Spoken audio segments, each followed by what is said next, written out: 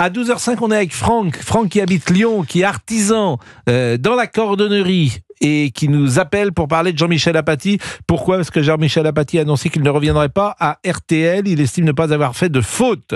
Alors qu'il avait dit, je le rappelle, la France a fait des centaines de radures sur glane en Algérie. Vous savez, on peut tous, quand on a le micro, on peut tous dire des bêtises. Moi, ça m'est arrivé de dire des bêtises. Dans ces cas-là, tu reviens le lendemain, tu dis, bah oui, j'ai dit une bêtise. Des atrocités ont existé, mais pas des centaines de radures sur glane.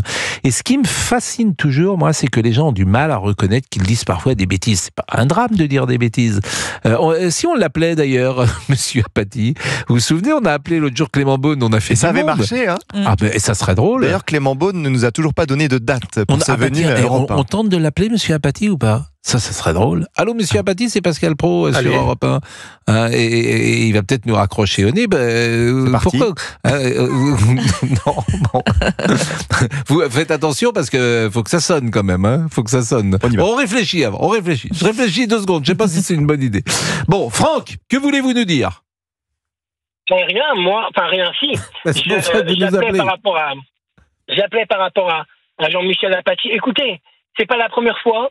Il y avait eu ces paroles sur Versailles où il avait dit que s'il était élu, la première chose qu'il ferait, c'est qu'il raserait Versailles. Bon, vous avez, je sais plus qui a dit la vieillesse est un naufrage. Jean-Michel Apathy, il est en plein dedans. Je crois que faut qu'il s'arrête. Aujourd'hui, sincèrement, il est ridicule. Mais qu'est-ce que vous lui reprochez dans ce qu'il a dit ? Alors d'abord, c'est quelqu'un qui est coutumier du fait. Il a souvent des propos très excessifs. Oui, mais là précisément, parce que au-delà du château de Versailles, si on reste uniquement sur ce sujet, qu'est-ce que vous lui reprochez sur cette prise de position sur l'Algérie ? Alors, c'est même pas tellement ça. C'est qu'il voit avec le prisme d'aujourd'hui des événements qui ont eu lieu il y a X années et il faut se remettre dans le contexte. Il s'est certainement passé des choses absolument abominable. Je suis pas un spécialiste là-dessus, mais on n'a pas besoin d'être excessif comme ça, d'appuyer, de dire il y a eu. À un moment donné, je crois qu'on a besoin d'apaisement, on a besoin d'être raisonnable, d'être calme, et on n'a pas besoin de ça aujourd'hui. On n'a pas besoin de ça et on n'a pas besoin d'être excessif. Vous savez, je sais plus qui disait tout ce qui est excessif est insignifiant. Jean-Michel Apathy, il est insignifiant, en fait. Il est insignifiant. Je crois que c'est Talleyrand qui disait ça. Non, mais ce qui peut nous intéresser, nous, au-delà, j'entends ce que vous dites, hein, d'ailleurs, c'est pas le moment de dire ça, etc. Moi, il y a qu'une chose qui m'intéresse toujours, c'est est-ce vrai ou pas ?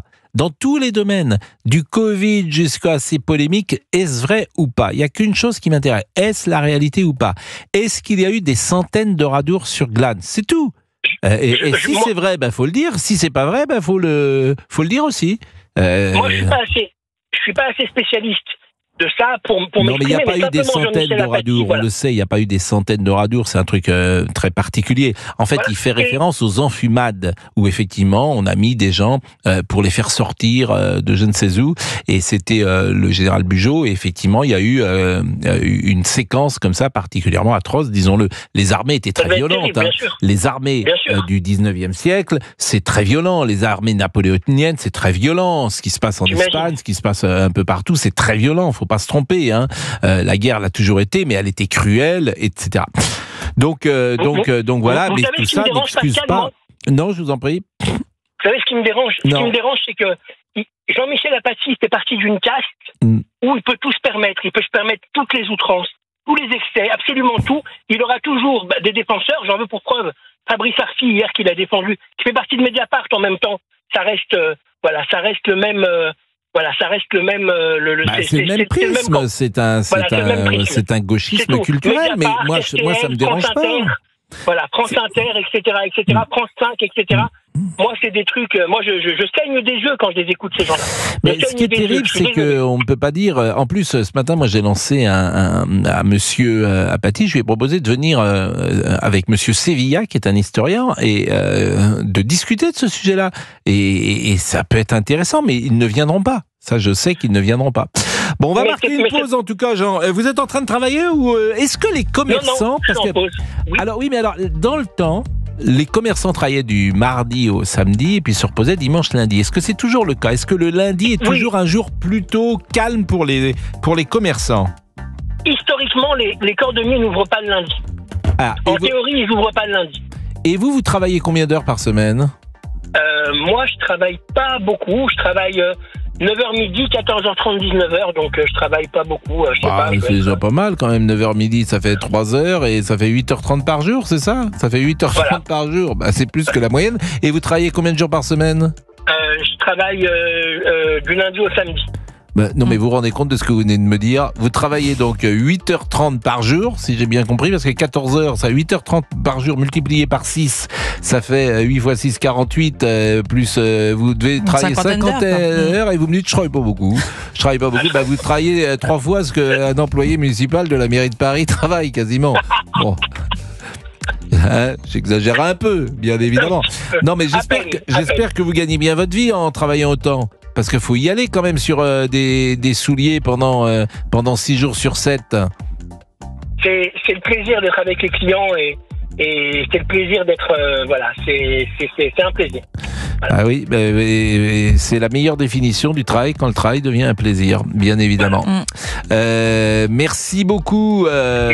Merci beaucoup, Franck. Est-ce que vous faites ressemeler vos chaussures les uns les autres? Les femmes, est-ce qu'on fait ressemeler ces chaussures? Oui, c'est plus talons. les hommes? Les talons. Les talons. Un petit coup de cirage aussi.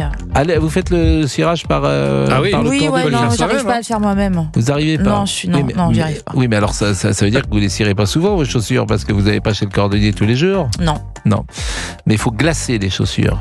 Avec glacer, c'est du temps. Hein. Vous mettez un peu d'eau, un peu de cirage, un peu d'eau, un peu de cirage. Et puis vous tournez un peu d'eau, un peu de cirage, un peu d'eau, un peu de cirage. Et pendant 20 minutes, vous faites ça sur une paire de chaussures. Ouais, faites ça sous la pluie, c'est plus pratique, non? Oui, mais je peux dire que d'abord, vous activez l'index et ça, au bout d'un moment, vous en avez marre. Mais glacer après, vous pouvez vous voir. Et dans le temps, on disait bien chapeauter, parce que les gens portaient des chapeaux, bien chapeauter, bien botter. Et puis le milieu, ça peut passer. Mais je peux vous dire que les souliers, effectivement, c'est essentiel. Les femmes regardent beaucoup les souliers des hommes. Oui, tout à fait, c'est vrai. Hein, monsieur Tessier, Je ne m'occupe absolument pas de mes chaussures. C'est navrant, c'est une catastrophe. D'accord. Mais il faut pourtant. D'abord, le mot soulier, je le trouve plus joli que chaussure. Monsieur Lafitte. Ah oui, moi j'adore bien cirer les chaussures. On l'occupe et de temps en temps on met des petits fers en dessous, vous savez. Bien sûr, des petits fers, des petits talons. Voilà une discussion tout à fait intéressante. Alexandre Omar également est avec nous. C'est pas Alexandre. C'est Quentin. C'est Quentin qui reste avec nous. Il faut aller chercher notre prochain invité. Et notre prochain invité, ça sera Monsieur Becbédé. Et puis est-ce que Daniel Guichard est déjà là? Il est déjà là, il peut vous répondre. Daniel, je le salue, Daniel Guichard, et je voulais écouter. C'est toujours un bonheur quand on vous a de pouvoir écouter une ou deux chansons qu'on aime. Par exemple,